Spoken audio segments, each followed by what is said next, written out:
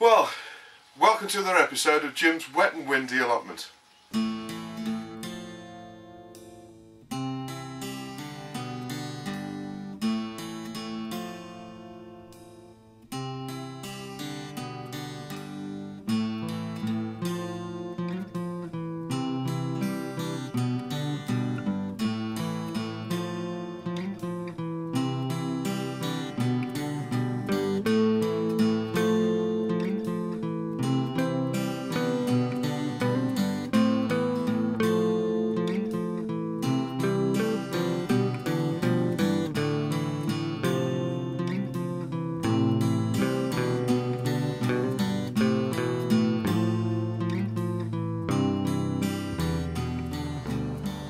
Okay, so this is the pipe that, if you remember, I made the comfrey thing out of. And basically, this is the inside part, which is basically a wrapped steel pipe, which is galvanised. So it'll be ideal for the putting the potatoes in. So what I'm going to do is this straight length here. I've just drilled out all the rivets off this part here, and I'm going to take off this sort of elbow joint part here. What I'm going to do is cut the remainder in half to make two pipes to put the potatoes in, to grow them in like, well, it's not exactly a bucket, but that's the kind of idea. So I'll just take this end off and I'll cut it in half. I just want to quickly show you something which might be of use to you. Okay, so there are the two pipes. So what I've done is just cut round with the angle grinder, exactly like I've shown you before. I've just cut the pipe in half. But the stuff that I wanted to show you was this, and it's called Coach Trim. Coach as in Buzz. And it's if you look at it like that, it's a section. It's actually got some steel on the inside, and then there's like a couple of you see them sort of rubber things on the inside there which grip onto it. And basically, by putting that round, if you just push it on, obviously you haven't got a sharp edge as such. But this will most certainly protect sort of anybody's hands. So don't worry about the if it doesn't go on completely to start with. But if you put it around, and this is a lot easier when you've got two hands. Obviously, I'm doing this left-handed, but you just sort of push it on like that all the way around. And what I always tend to do is when you cut it, you want to cut it slightly longer than you need, because what it'll do is it'll when it sort of goes together, and this bit most certainly is easier two-handed, but when the two ends come together like that, what you want to do is sort of put the two ends together like that, and then when you bang it in, so this is the bit where the this sort of seam that's going round, that's the bit there. So all you need to do is get just a small hammer and just tap it. You see, it will go over like that, and it'll sort of form around the shape. So as you can see there, just give it a tap around, and where the bits go, it'll actually grip the pipe. And now what you end up with is obviously the joint's nice and tight there, and it's a nice sort of smooth finish. So you can get this over the internet, if you've got any metalwork like this, and this applies to if you've got any sheet or anything like that you're putting in. If you've got a sharp edge that you just want to protect people's hands from, and obviously on buzzes, that's where it comes from. So it's called Coach Trim, and it's quite inexpensive, but it does really put a nice finish on anything that you've got. So if anybody touches that with their hands now, it's not going to hurt them, or there's no sharp edges or anything like that. And obviously if you're going in to get your potatoes and stuff like that. So these two are now going to go up the allotments. I'll show you where I'm going to put them when they're there. And but that's just a really quick thing I wanted to show you, because this stuff is really good. If you've got any sharp edges, it does protect your hands. You can potentially put this on sort of plastic, or I don't know, possibly even glass as well, to be honest with you, if you've got some glass that you want to protect the edges. But anything that's sharp, if you put some of this round, it'll protect anybody from touches. Obviously, if a bird lands on here or anything like that, obviously, I would want it to cut its feet. So there you go. So there are the tubes where I'm going to put the potatoes. So what I'm going to try and do is see if I can get some more to go along here. But the only one concern that I have got is if they're there, I might struggle to get into to reach over into this bit. But I'll have to see how things go. But anyway, yesterday I managed to start to dig out the raspberries. As you can see, I've done about half of them so far, and I came across quite a lot of bindweed in here. In fact, I've filled one of my trugs a couple of times with bindweed, which I've basically put in the recycling. Everything else, as you can see, everything's covered with bits of ash at the minute. I had a fire last night, and as you can see, there's not much left. So that was all the old raspberry roots. I have saved one, and I'm hopefully going to save a couple more of these here, because these ones were quite strong ones, and there's one on the end there. And the reason I'm saving them is I might just pop them up for now, but I'm going to see if there's any spaces in here. Like, for example, there's potentially a space there I can put one, and also where I've put that there, just above there, there's a space as well, so I might bob that one in there. There is actually one in there, but it's not particularly strong, so I might bob the, as you can see, there's that root there. I have cut them down, but I may well pop them in. So what I'm going to do now is just continue to dig out this bit. I'm going to lift these slabs up out of the way, because I'm not going to have a path here any longer, because there isn't going to be raspberries here, they're going to be the fruit trees, and you can access the fruit trees from obviously this side. I can potentially get another row of potatoes or something in here, so I thought it was probably better just to take this path up and use the space for growing vegetables. So what I'll do now is because I had quite a lot of bindweed in here, I just wanted to show you what the roots look like, so you can identify it yourself if you've got it. But I'll dig along here now, and I'll just leave the camera so you can see what I'm doing, and then you know, so you can see what the actual roots look like. Okay, so I've taken the slabs off. Just want to quickly show you. This is basically bindweed, and if you pull up a path and you've got sort of spaghetti-like roots going under it, this is all the bindweed. As you can see, there's a bit of a clump of it here, so all of this you most certainly need to get out. Now this stuff is a pain in the backside, to be honest with you, because you've only got to leave about that much. You can see that's basically about half an inch of it. You've only got to leave that much in the ground, and that will grow again. So you've got to be really meticulous and make sure you get every little bit out. And it's quite brittle as well, so what you need to do is, when you're pulling it out, just be really gentle, and you know, just pull it out gently like I've just shown you, and you will find that you'll get all of it out. And sometimes, you know, you can pretty much guarantee you'll leave some bits in, but if you take your time and just go through the soil sort of quite carefully and get out as much as you possibly can to give yourself the best bet, you know, you will get out by far majority, if not all of it. But you can almost guarantee, you know, you will leave a little piece in which will start again. And so it's well worthwhile, if you've got soil with bindweed in, to sort of put potatoes there, because you're going to be double digging it. You know, you'll be digging it to put the potatoes in, and then you'll be digging it again to get the potatoes out. So, you know, you stand the best chance of clearing the ground by putting the potatoes in. So that's exactly what I'm going to do here. I'm going to put a row of potatoes along here. So if there is any bindweed, I'll be getting it out the back end of the year. And if you're persistent, you will get rid of it. Okay, so I'm just going to carry on now. So the first thing I'm going to do is get out this. I'm just off shot here on the left hand side. I'm just going to pull out the raspberry here, and that's not a bad root, if you can see that. So that's what I'm going to save. But I'm just going to dig through now to see if I've got any bindweed, and I don't think I actually have here. So I've actually found, as I've been digging along here, that it's kind of been in patches. I've had bits of bindweed, then I've had bits where it hasn't been, so that looks okay. So I'll just dig this other bit here. Now this bit looks clear, so what I'll do is I'll stop the camera now and I'll move on a little bit. And the one thing you do find with raspberries is you can get roots that go for, you know, a couple of metres really, if you're not careful.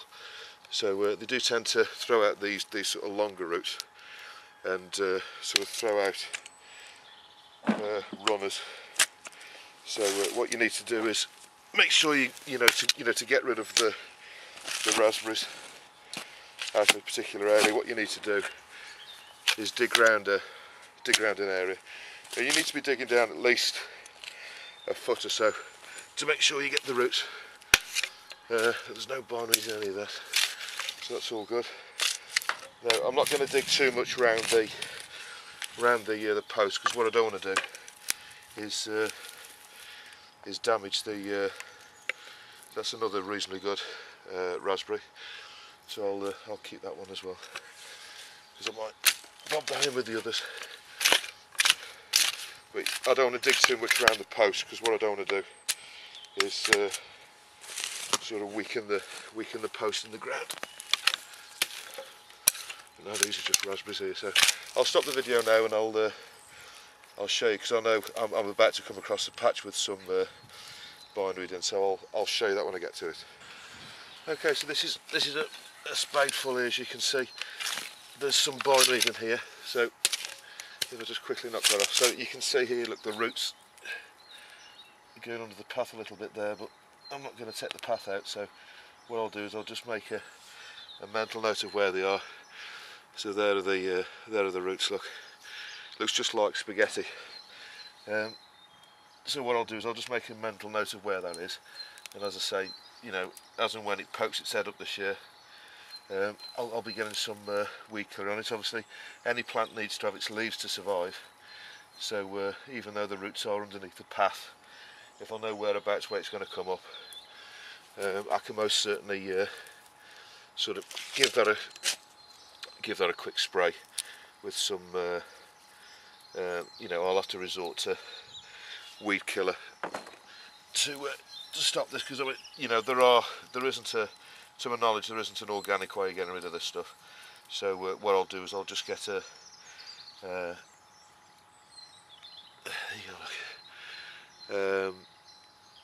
I'll just get a normal weed killer, something like Roundup or something along them lines, which will most certainly, in fact, to be honest with you, the best, if I was to recommend a weed killer for this stuff, I'd say Resolver is the one to go for. Okay, so that's all the raspberries out. As you can see, I've dug all the way along. Now what I'll do is I'll let this ground dry out a little bit, and what I'll do is I'll rotivate it, and then I'll be planting in the trees and the bushes along here to replace the raspberries, and I'll show you that in episodes coming up. Okay, so it's a nice warm day today, as you can see. It's actually 28 degrees in the greenhouse, and the ground's nice and warm. So what I'll be doing is putting in the onion sets. Now I've got four bags of onion sets. These are the turbo, which are the ones that I grew last year. And in each of these bags is probably about 150 or so onions. And then I've also got the red onions. As you can see there, there's not actually any sort of variety name on there, so I'm not quite sure what variety they are, but anyway, they're the red onions. There's a couple of them that have already shooted, which is not ideal, but I'm only really going to put sort of 1 or 2 rows in there, so I shan't be putting all of those in. But the turbo are the onions that did really well last year, so I've basically opted to put all of those in. As you can probably remember, last year I put 6, I think it's 5 or 6 different varieties of onions in, and the turbos were by far the best of the lot. So that's what I've opted for this year. And these were bought from, I think these came from Wilco's, and they were £1.50 a bag. So there's sort of £6 worth there, and well, there's £6 worth of white onions, and £1.50's worth of the red onions, which I'll put a couple of rows in of those. So I'll just show you. So the one thing that's really important with onions is you need to get the ground really, sort of well rotivated and stuff like this. Now, this is where I'm going to put the first, probably about 7 rows in, and then what I'm going to do is, so I'm not treading on the ground where the onions are, what I'm then going to do is dig all this over here, and rotivate that when the ground gets a bit drier. It's a little bit wet today, but I managed to rotivate this last week.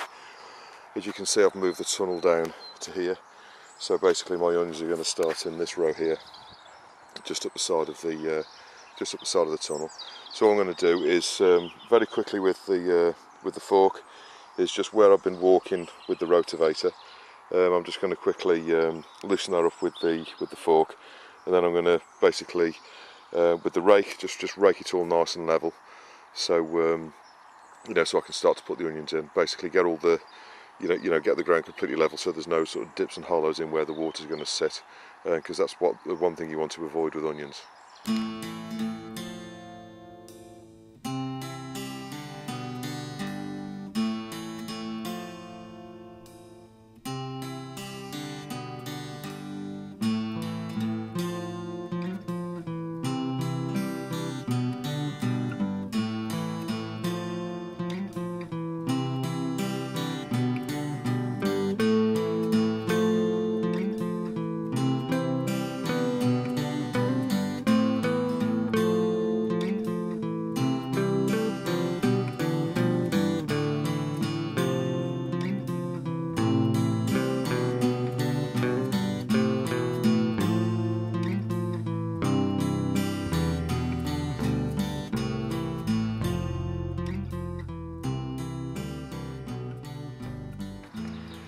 So that's all nice and raked and level now. What I do is I put a sort of some planks up there so I can actually walk on the ground without down, and I'll be leaving those planks there.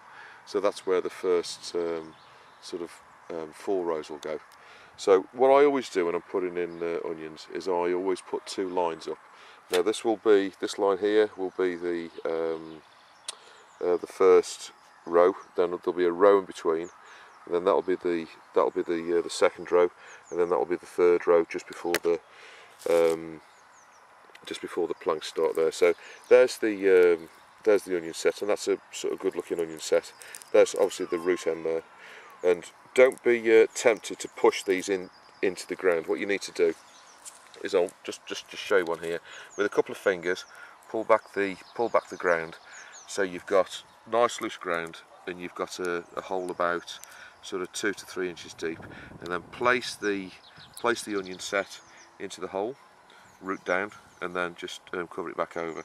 And what I tend to do is, obviously there's one there, and then I'll have one in the middle here. So just pull the ground over. What you don't want to do is compress the ground. So there's another one there, and then I'll put one in here. So the actual onions end up being around 6 to 7 inches apart, and I'll just put the last one here so you can see what I'm doing.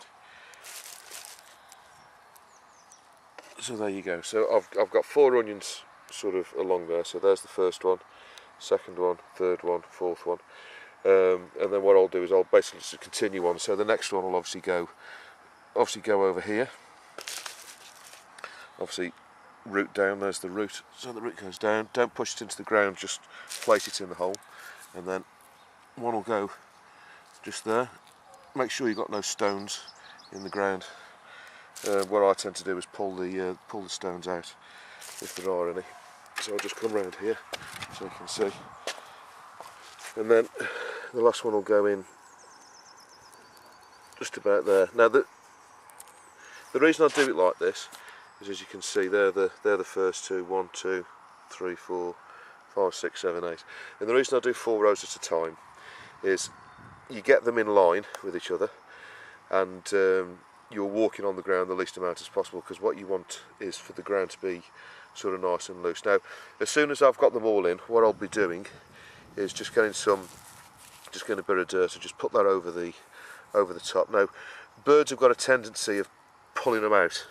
They'll see this little bit sticking above the top, and they'll think it's a worm or something like that. So what you need to do is cover them up so you can't see that little shoot coming out the top.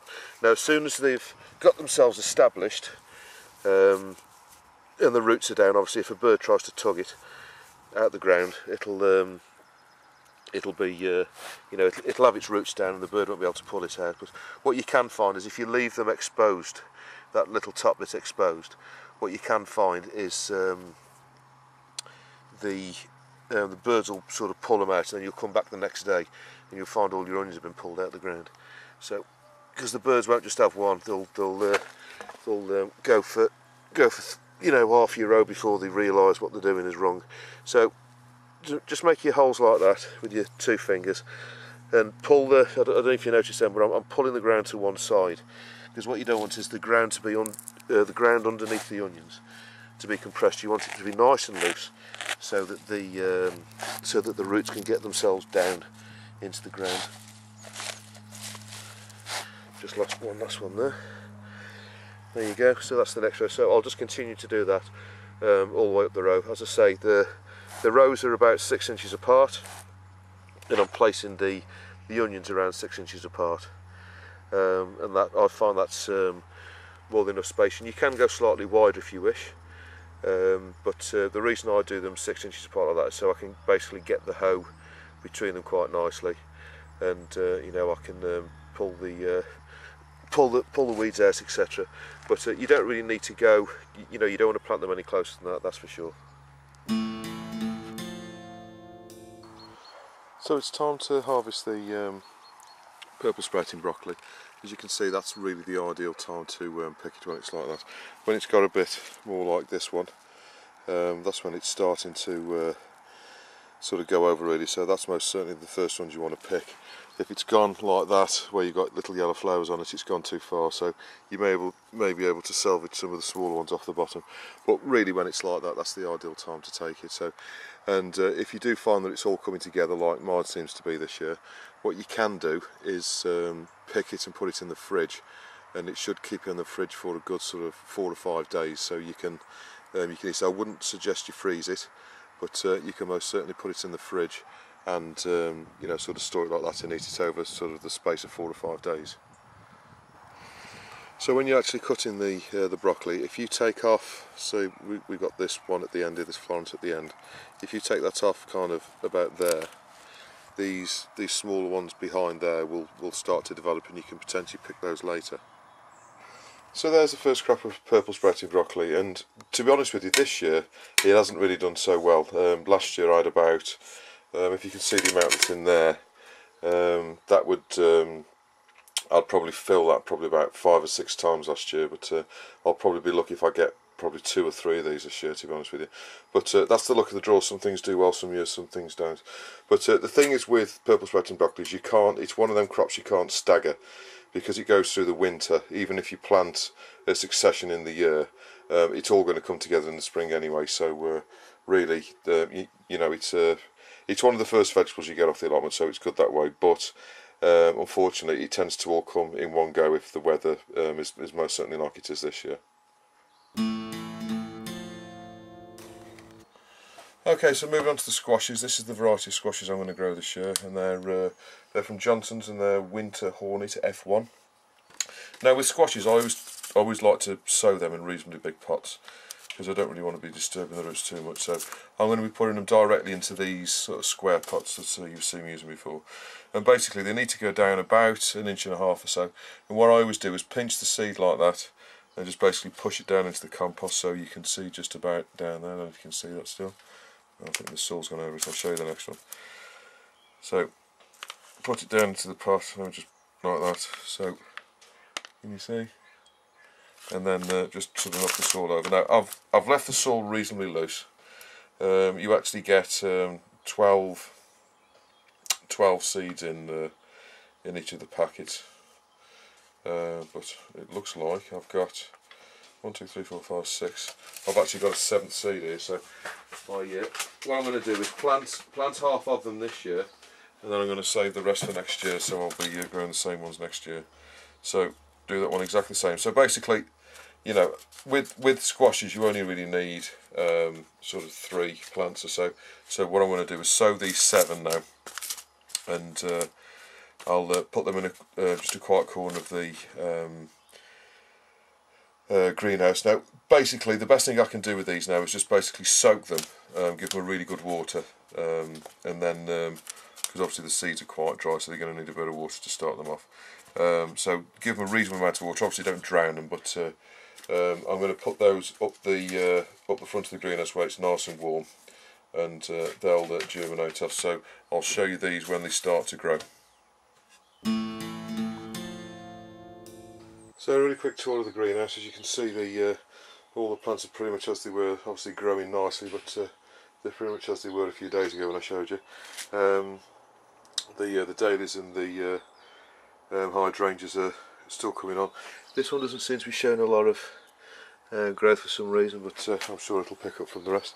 So just to show you what I've been doing, trees have gone out of the greenhouse, and the two jossberry bushes have gone, because I've now positioned where they're going to be. So I've dug all that out. You've probably seen in an earlier clip, and I've placed the trees roughly where they're going to go.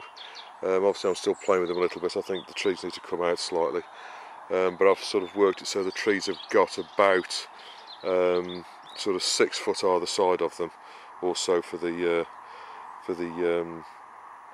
you know, the branches to sort of grow out, and obviously the jossberry bushes are just plonked between them. So that's where. So that's all been tidied up. All of the raspberries that I dug out of here have gone in, so I've sort of bobbed one in here, and there's a few been put in there. So those are the sort of decent plants that I've fetched out. That the ground's still reasonably dry, but I'm hoping to rotivate it tomorrow. This is where the onions have gone in. Obviously purple sprouting broccoli has been picked today. I've been clearing out this spot here, and so I'll try and get that dug over tomorrow as best I can, and then I'll rotivate all of that so I can put the rest of the onions in. There, the onion rows. Obviously this is where the peas and stuff are going to be going in this tunnel. Obviously the tunnel's gone from there to here, so I know this is a bit of a whistle-top tour, but all of this is going to come out very shortly. I need to fetch out the last few parsnips from up there, and all of these ones that you can see coming through here, they're just the little ones I throw on one side that we haven't hidden. As you can see, the rhubarb's really coming through quite well. You know, it's really starting to sort of fill out. I mean, if you imagine that you know, there's kind of about 8 or 9 inches of stuff on top of them, so you know, you can imagine a lot of it's under the ground, or at least under the level of this this wood. But obviously that's keeping the moisture in. I've not done anything to this front bit apart from obviously rotivate it and rake it all straight. That looks pretty much as it was. It's quite interesting actually, the footprints that you see when you've dug stuff over, and something's been digging there. I don't know what it is, but something's dug a hole out of there. There's quite a few sort of footprints all over here. I'm not quite sure what's done. I hope it's not a fox, obviously, because I keep the chickens, but most certainly something's been walking over there. Just coming up here, those are the few parsnips that I need to get out in the next few days. That's the back end. So what I've decided to do is, obviously I've started the bean trench here. What I was going to do is put the beans down there, but now I've got this tunnel here. What I've decided to do is actually bring the beans up to here. So I'll just be kind of about a foot short of the end of this tunnel, because I've got a row of onions there. So what I'll do is I'll start the beans here, and then sort of take them off that way, and they're going to probably end up about level with the end of the start of the rhubarb here. So that's going to be the row of beans. The beans I always put about 24 foot of beans in, one stick every 2 foot. One quick note: don't, obviously if you've got an open plan allotment like we've got, don't leave sticks like this that people could potentially hurt themselves on. So I'm just going to put that down like that, so nobody can walk into it, just in case they come up in the dark. But this is the bit I've been cleaning out. I've already got out a load of weeds out of here. As I say, I've cropped the purple sprouting broccoli. That's probably early on in this video. We had quite a lot of spinach beet last week. As you can see, the spinach is doing really well. Obviously that will start to run to seed very shortly, so we're getting our money's worth out of it at the minute. And in probably about 2 weeks' time I'll dig all that out to put the another row of potatoes in there. But that's the plot as it is today. As you can see, we've got moderate wind. It's been quite warm today. we reached up to 25 degrees in the greenhouse. The strawberries are doing reasonably well. They're sort of coming on.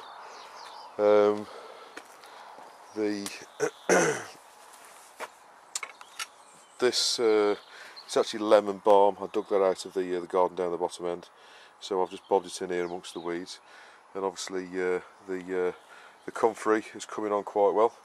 This comfrey seems to be a lot stronger than the other one. This is obviously another variety. I think this is the I can't remember the Latin name for it, but I think that's the one that seeds, because the chap that gave it to me said that it does spread about, so I think that's the one that seeds. So I need to keep my eye on that. I most certainly need to cut it down. The others, just to show you around here, that's the other comfrey there, and even though there's a lot more of that, that doesn't seem to be going quite as strong, and the leaves seem to be paler and smaller. So I think that's most certainly the variety that doesn't seed so much, and I think that variety that we got round there is the other one. Just to zoom in, that's the other variety that does seed, so that's the one I need to keep my eye on. Everything else is pretty much the same. The sage may need to come out. I've not seen any life from that so far this year, so I need to I think that's possibly died. There were some little shoots on it, but I've not seen anything of it from this year, so I'm keeping my eye on the sage. If it has died, I'll just pull it out and I'll put something else in. But to be honest with you, I'm not too bothered, because we didn't use sage a lot anyway. So that's the allotment as it is today. We've had a nice day today. It's been very pleasant. You know, we've had a nice little bit of breeze, and it's been sort of reasonably warm. So had a good day in the garden today. Okay, I've just found this little critter. I don't know if you can see him. He's definitely a beetle of some kind. He's an insect. He's got 6 legs. I've never seen anything like it before in my life. I don't know if you know what this is, but it seems to be some kind of beetle, and it's come out of some compost which I've just opened up, and I'm not quite sure what it is. As I say, it's the only one I've ever seen of its type. If you know what it is, put a comment below and let me know. Well, thank you for watching this episode of Jim's Allotment Garden. Please do put any comments, questions that you've got below. Please subscribe. Thank you to all the new subscribers to the channel. I do appreciate your support. And I'll see you on the next episode of Jim's Allotment Garden.